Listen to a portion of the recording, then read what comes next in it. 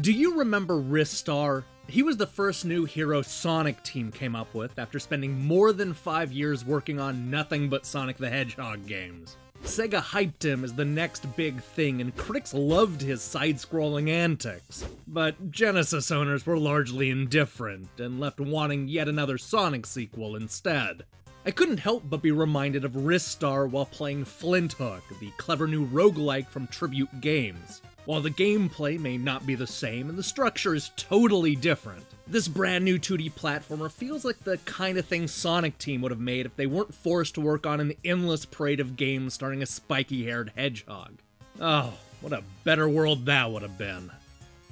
Flinthook is yet another great example of a neo-retro game done right. It has an exciting new hero with a cool move that's both fun to use and hard to master. It offers a compelling world made up of authentic pixel graphics and great boss fights. In fact, just about the only thing that reminded me that it's not a long-forgotten Genesis game is the roguelike structure that sees the levels change with every play. Well, that and the fact that I'm holding a PlayStation 4 controller. You play as Flinthook, a masked pirate who is out to thwart the dastardly plans of a sinister treasure hunter who is planning on unleashing an ancient evil into the cosmos. This sends the galaxy's smallest, yet toughest, hero on an adventure to take down a series of outer space pirate ships, traverse the ever-changing level designs, and kick alien butt. He'll do this with the help of a handy grappling hook that'll send him flying all over the stages and help him avoid all kinds of challenging obstacles. The goal in each level is basically the same. You'll break into a pirate ship and search every room for the booty. You never really know what you're going to find in each room, but many of them will have you fighting waves of bad guys that appear out of thin air. If you can defeat all the foes, you'll earn a treasure chest and the ability to move on to the next room, which could be anything from a platforming puzzle to a guy trying to sell you extra perks. Once you've found the booty, you'll whistle for an anchor and escape before the ship explodes into a million little pieces. Simple.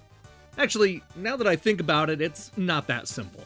Like most roguelikes, you're constantly worrying about dying. This is one of those games where if you run out of health, you'll basically have to start the level over from the very beginning. Thankfully, every run gives you experience points and the chance to find hidden relics, as well as extra perks that you can apply to make your next run a little easier. Because of this, it never really feels like the run was completely pointless, even when you die in the most frustrating way possible. The combination of shooting and hooking is definitely a lot of fun, but it also comes with some annoying downsides. My biggest complaint is that the grappling hook is not always as precise as I would have liked, especially in situations where there are both things to latch onto and enemies with protective bubbles. You'll need to shoot those hooks to pop those bubbles, but too often you'll accidentally latch onto something else and fly right into the enemy. This is especially annoying during the boss fights, where dying means you'll have to start the level over from the very beginning. I also found that the confined rooms and limited range of your weapon made dodging enemies a real pain.